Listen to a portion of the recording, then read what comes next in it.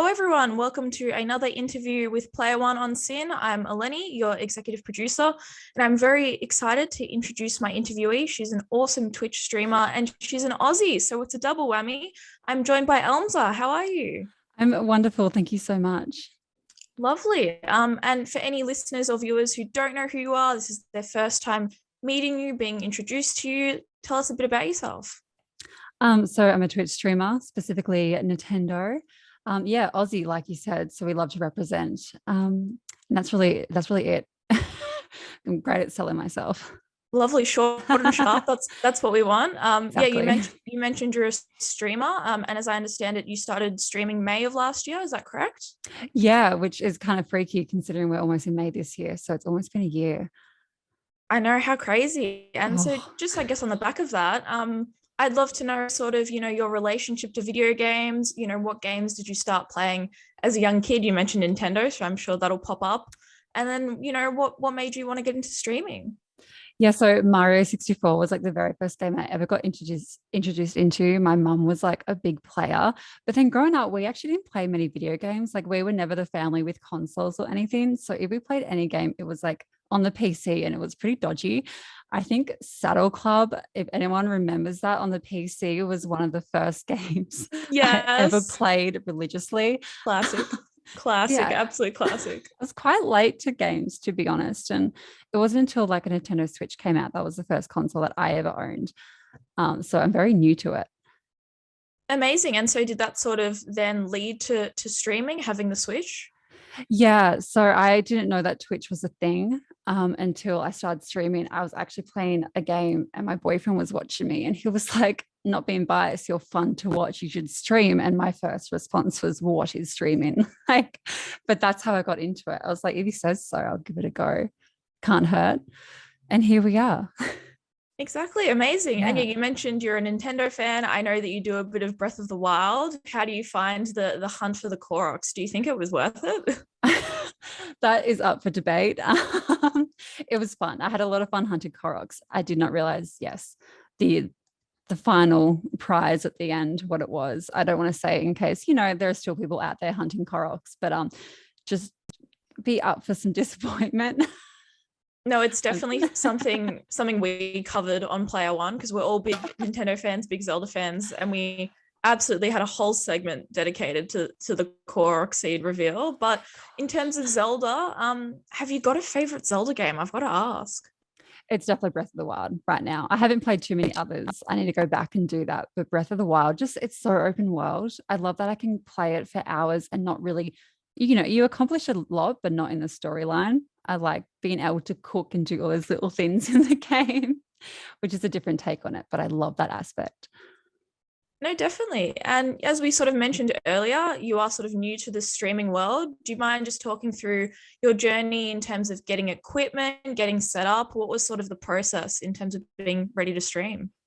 My first streams were on the floor, which I feel like I'm kind of known for at this point. So, like my monitor, which is now a computer screen, of course, but my monitor when I started was a TV, and I just sat on the floor playing games. Very lucky in the whole journey of it all because I was so new. I almost went into it not like I didn't know much about Twitch at all. So, there wasn't any extra pressures. I just streamed and hoped for the best and learned as I went, which I think is a blessing that I didn't know too much. And then gear, I just slowly collected over time. And even now, I still have the bare minimum of what you need to stream, which I'm all for. I'm all for being resourceful and using what you have. And so, yeah, from the floor, I've just built up. I'm still on like a dining chair. Like, you don't need, all the gear and stuff. So, just whatever you can get, it's perfect. The ultimate DIY job. I absolutely love that. Exactly. And in terms of sort of your community, I know you're like a big fan of making sure that everyone's kind, supportive, and creating a really positive environment. I'd love to hear, I guess, why is that important to you in terms of your streaming? I don't know about a lot of others, but when I get home, like after work or whatever it is that you do, if you jump online onto the internet, you never know what you're going to get. And I would find myself feeling quite frazzled after work, going on the internet, even if it's just scrolling through Instagram or something, being like, there's so much terrible stuff going on. So creating a space that was very like wholesome and kind and welcoming, where you didn't have to think about the outside world too much, but you still felt, comfortable was a huge thing for me. And that's what I wanted to create. And it just sort of happened that way, just by being kind to other people. We built this amazing community that's so welcoming and you can Yeah. just unwind in.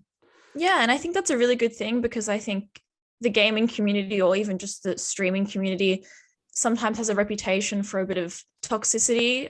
So I guess I'm also curious, in terms of maintaining that positive and safe environment. Have you had any instances in the almost year you've been streaming where someone said anything, or there's been a situation that you haven't particularly wanted to support, and how have you dealt with that? That's definitely happened a couple of times, especially the big case being people come in who don't quite fit the vibe, and that's been very nice about it. And very early on, I set the bar quite high, that even if I had like 4 views and it was exciting to get someone new in, if they were being horrible, being, going against the rules that you stand by, I just booted them straight away. Even if it affected my viewer count, I don't care. Like, I set the bar quite early. And now we've obviously got moderators who, we don't really do second chances, to be honest. If you're horrible straight off the bat, like, you're gone.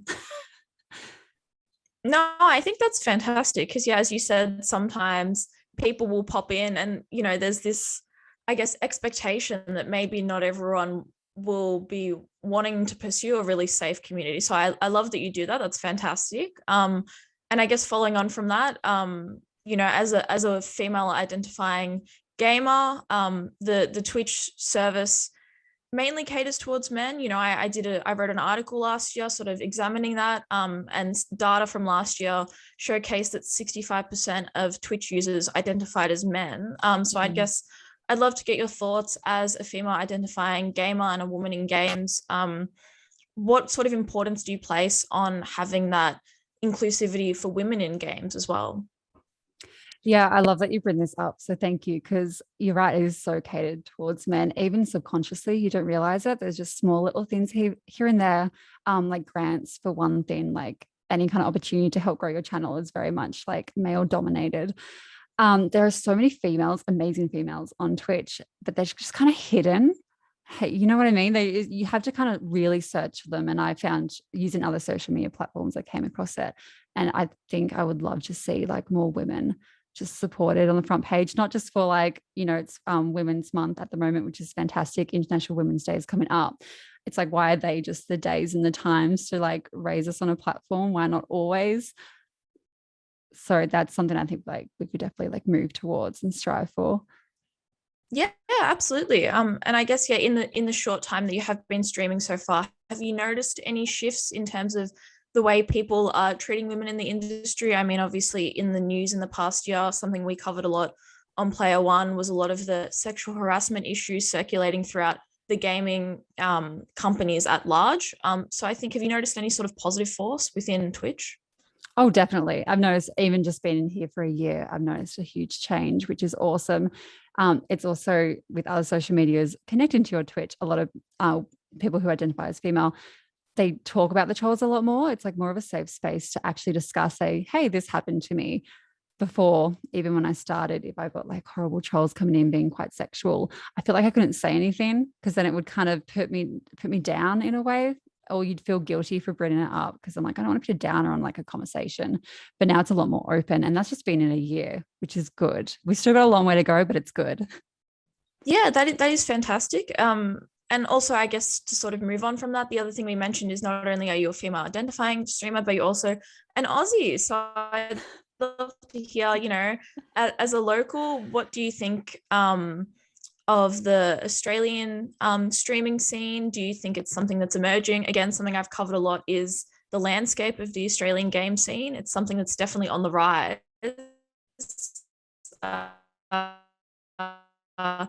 So yeah, what are your thoughts on that? It's interesting because I knew more Twitch streamers who were not Aussie when I started, and everyone that's recommended to me on my Twitch page is not Aussie at all, and usually American or European. So I'm like, where are all the Aussies at? And when they do come forward, it's so exciting, especially if you find like they live in the same state as you. It's mind blowing, because there is such a big Aussie community, but I don't know how to find them half the time, because it's Twitch is, very American platform. So I tell you what, when I do come across an Aussie, it's so exciting. Like, I'm like, oh my gosh, it's one of us. And the accent really stands out as well. So you can pick us from a crowd. Yeah, kindred spirits, of course. Yeah. I guess in terms of your audience, would you say you've got a pretty large Australian-based audience? Have you got a lot of fans overseas? My majority is Aussie, which is fantastic. When I started, it was American overseas. So it kind of switched, but that depends, of course, the times that I stream. So I only do evenings, which works better for like an Aussie audience. If I were to stream back on weekends and during the day again, I think my audience would flip to American or European.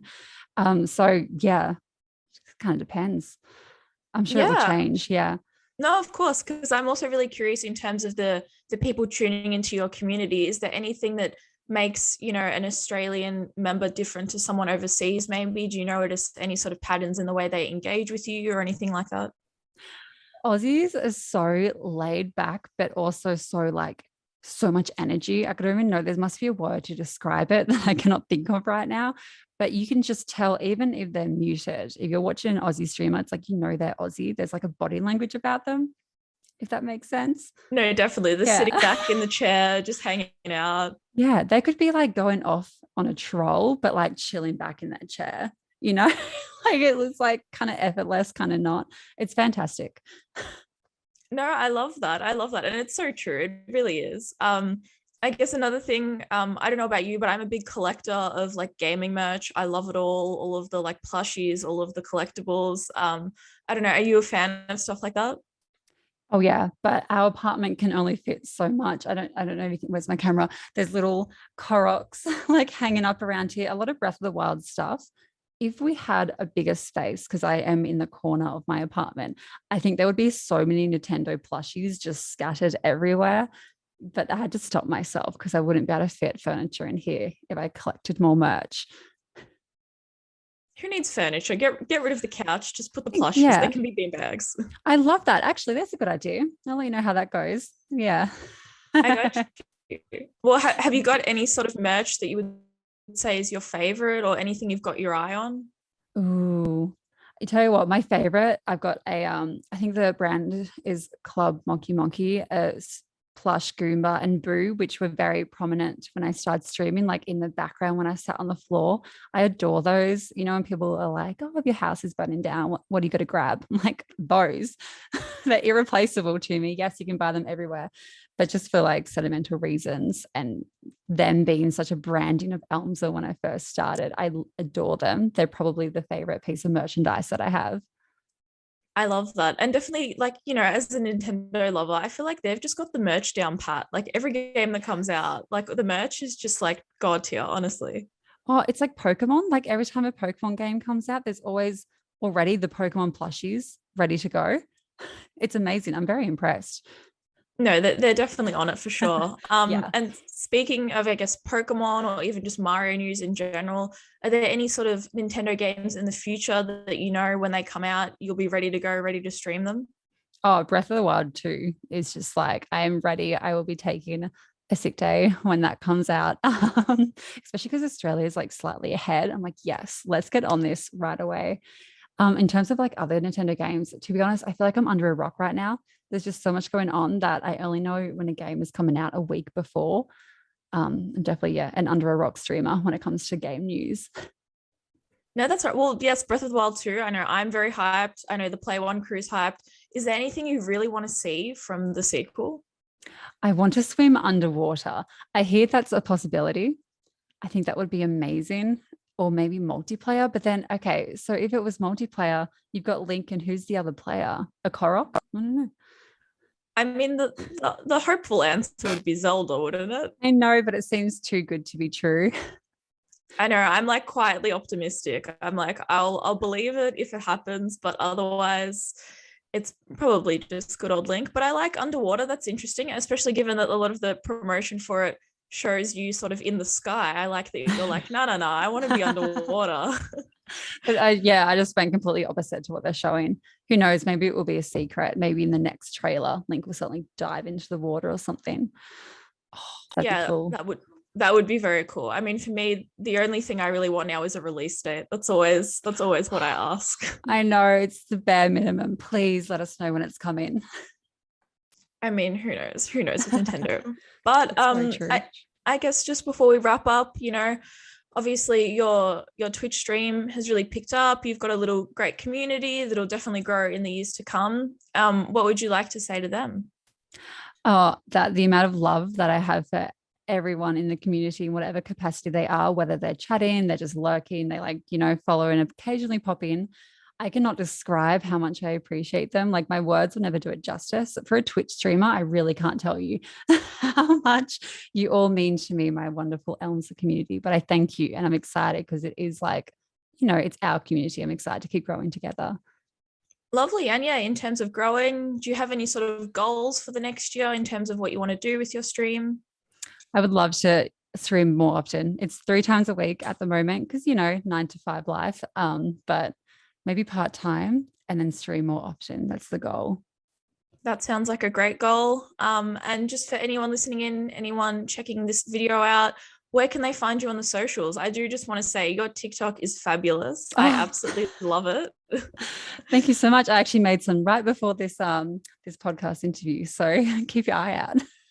But no, everyone, you guys can find me on Twitch. My username is Elmza. And then on every other platform, it's Elmza Plays. There may be a full stop or an underscore in there, but if you search Elmza Plays, I am the very top one. Yay. And that is where you can find me. Lovely. And just before we wrap up, is there anything else you'd like to say before we finish off?